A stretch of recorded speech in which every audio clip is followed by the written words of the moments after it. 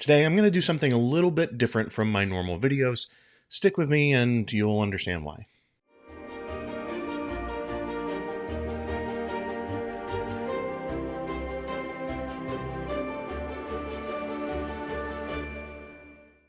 Welcome to Geek Philosophy, where we love geeky wisdom. And if you are new to the channel, my name is Brian, and we release new videos weekly, so please consider subscribing and turning on the notifications so you don't miss out on any of our content.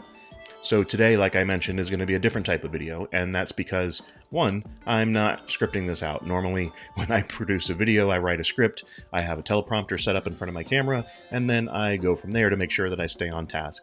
I'm going to try to stay on task today, and I will do some editing, and you'll probably see some cuts, but that's just because I'm trying to tighten it up and make it, coherent, so I'm not rambling too much without the notes. So this topic really came to mind based on a video that I watched from another YouTube channel. Great channel, Super Geek Mike. If you aren't familiar, I will link to the exact video so you can check it out. It is definitely worth watching.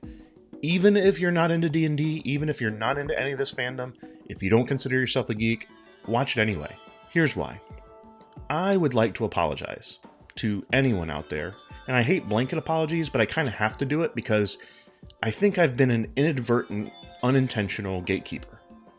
What I mean by that, and this is something that he covers in the video, so again, check out Super Geek Mike's video, but I have probably unintentionally kept people out of certain fandoms or hobbies or discussions without knowing that I did it.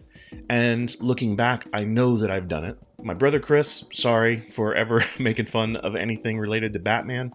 I probably had said at some point, how are you such a big Batman fan? You haven't read all of the comics, you haven't read any of the comics.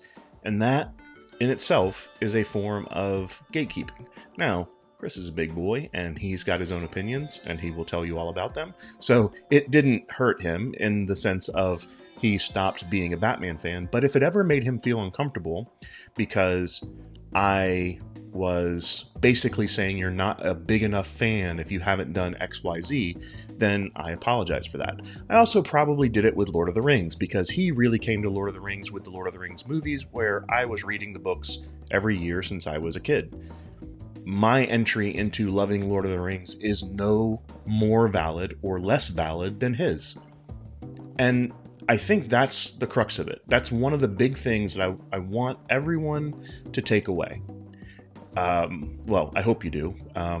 As another good channel, Sly Flourish says, and Mike Shea is the person over at that channel and that brand, advice is bullshit. It doesn't help unless you connect with it at some deeper level and it's meaningful to you because you're really talking from your own experience every time you give advice. That may sound counterintuitive from a channel that gives Dungeon Master advice or Dungeons and Dragons advice, but you may also notice that when I produce the videos, I'm also very careful to say this way works for me, it may not work for you, you do what's best. That's because unless something has scientifically backed evidence, something has statistics around something, you can't 100% say that this is the right way to do something.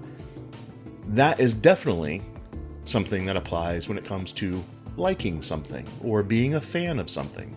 If you aren't into comics or gaming or D&D in general or video games even, or any other things that may relate to the topics that I usually discuss on this channel, you may be a sports fan. And if you've ever told someone you're not a true fan if they only root for the team whenever they're winning, then you are also unintentionally gatekeeping. You may feel that way to some level, but making someone else have a litmus test for entry into the fandom is dumb. It doesn't do anything to help spread the joy. It only makes people other than you. And we've got too many others out there. We do this all the time with politics. We do this with religion. We do this with philosophical views. If you don't feel the way that I feel, then you must not be right, and it's not valid. I'm not talking about, by the way, things that are very cut and dry for the most part. Like, if there is something like medical advice, you should speak with someone that actually has medical training.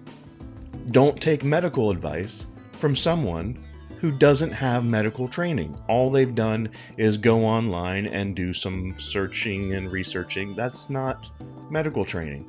So I think there are some topics that have a clear boundary to them, where experts are experts. You could be an expert in facts, you can be an expert in process, you can be an expert in systems, but you can't be an expert in how much someone else loves something.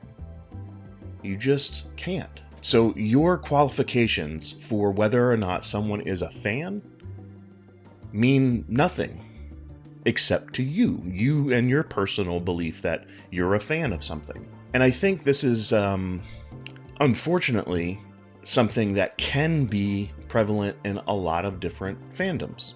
And I try to not do that, but I'm sure that I have. So the example I gave about my brother, he's fine. I know he's fine. Anytime we've ever talked, we're good. We're not having an issue. So Chris, I know we're good. So no problems there. But for those of you that I may have done this in the past, if I have ever said, "Oh, I can't believe you haven't seen that movie. How do you consider yourself a Star Wars fan if you haven't watched the original trilogy?"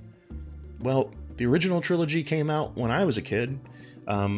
The other movies came out when younger people were a kid. And if that was their entry in and they love the prequels, or if they love Rey and they love, Kylo Ren, then I'm not doing anything by telling those kids that they aren't, or those adults even, that are new to the hobby or new to the fandom. I'm not doing any service to the fandom by counting them as less than anyone that is a quote-unquote true fan because they've been there since the beginning. This is often, like I said, not mean-spirited. It's often unintentional. But I think drawing attention to it and understanding that you may be doing it or may have done it is important, because when it happens to you, you feel it. When you feel othered by someone because you didn't meet their qualifications, it sinks in. And if it sinks in for you, you can bet it's going to sink in for the people that you have inadvertently done this to. If you're doing it on purpose and you're purposefully making someone else feel as if they're less than, you're just a jerk, and stop it. If, by the way, you don't agree with the things that I say on the channel, or don't agree with some of the advice I give, which, again, advice take with a grain of salt, because it works for me, it may not work for you, do it your own way. But if you don't agree with me, that's completely fine. Do it another way, and say so in the comments if you'd like. You can respectfully come in and make a comment and say, yeah, it didn't work for me, but this worked instead, because then I'll learn. But if you are bashing someone else's view, then you're probably going to get banned in the comments.